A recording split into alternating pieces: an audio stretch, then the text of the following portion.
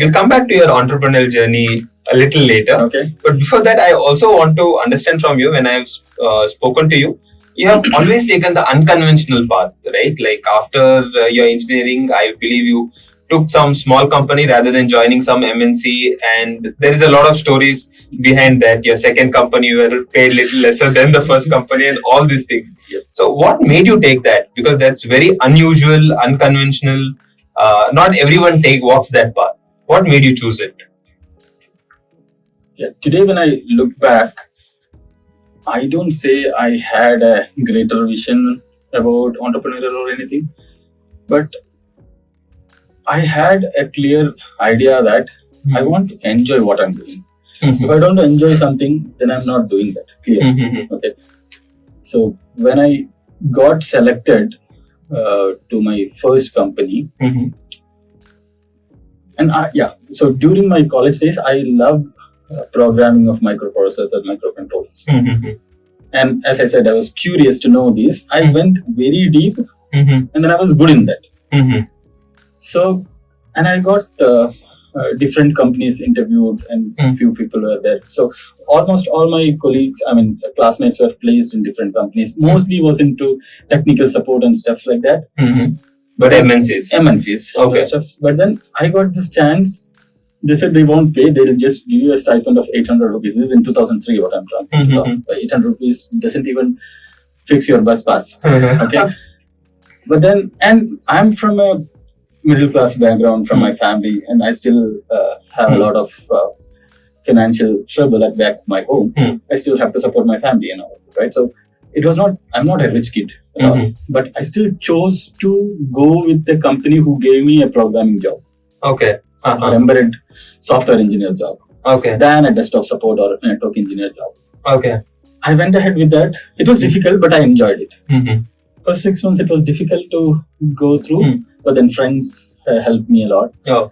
Once after that, it was all changed, right? Once you prove yourself, you don't need to worry about anything. And then, see, you love that, right? You enjoy doing that. I enjoyed staying late nights in the office. I remember the first project when it came to the peak critical time. It was 4 months continuously. I was in the office, like night around 2 o'clock. I leave to home. My friend comes to pick me up. Okay.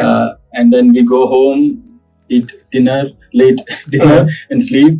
And morning, like 10 o'clock, I'm back into office. Nobody told me to come and work like that. But it was out of my interest.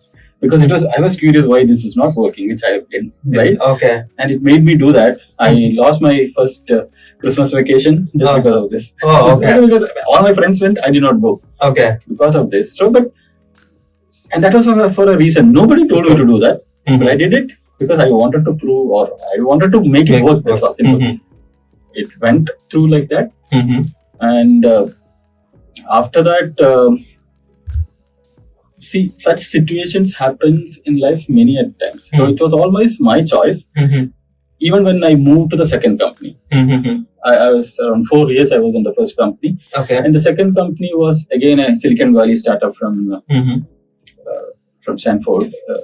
The CEO was Stanford person, and he had a lot of patents and stuff like that. And then they interviewed me, and I got to know that I'll be the only software engineer to support in India, and I was the first employee of that if I got selected. Okay. I was more than happy that I'll get that job fully, right? It's not like and my boss will be sitting in the US or whoever can suggest me to work, right? So I was more happy, and then I applied to that, and then had a couple of interviews, and then I cleared it, and I joined to that startup because I was liking to take more responsibility. How was the work between these two companies? Were it on the similar lines, or it was more challenging in your second company? The second company was more challenging. Okay. Yeah, because it is not just embedded software work. Okay. It included the company was into an SoC platform, a chip. They were making a semiconductor chip, and then I had to write the boot code of that. Okay. And then application on top of that, port that into different operating systems like Linux and or Windows as well. Okay. And to show this to customers, I have to make an GUI or application for showing this to customers and integrate with different different customers. So when you say for the software that 8 to 10 years which I worked in that company, almost I've done from boot code to application in all levels. Right? So that gave a great experience and great satisfaction. As well, once you've done that chip, this is working now, you have to test it.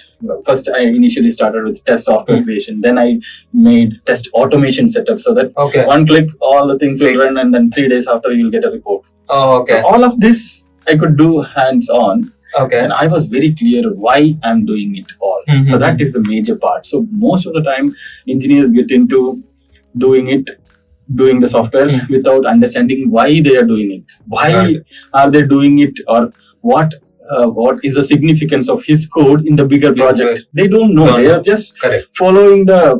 They just want to finish the task what their managers has given, right?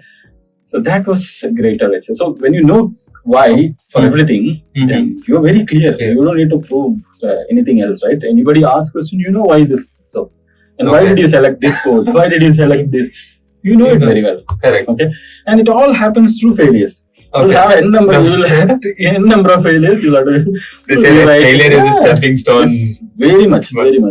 Without failing, you cannot reach, because even what you say, if you have got the code first at the first instinct. I always say this. If you have, the example is like in my college days, teacher has asked us to write a program for the first basic days, C programming days, I guess. To do a Fibonacci series. It's pretty straight. All the studious kids, everybody has. I was a very average or below average kid, I could say. In the class. Everybody has got. Many of them has gotten first shot. Many of them copied it. Right. I wrote my own code, but it never worked.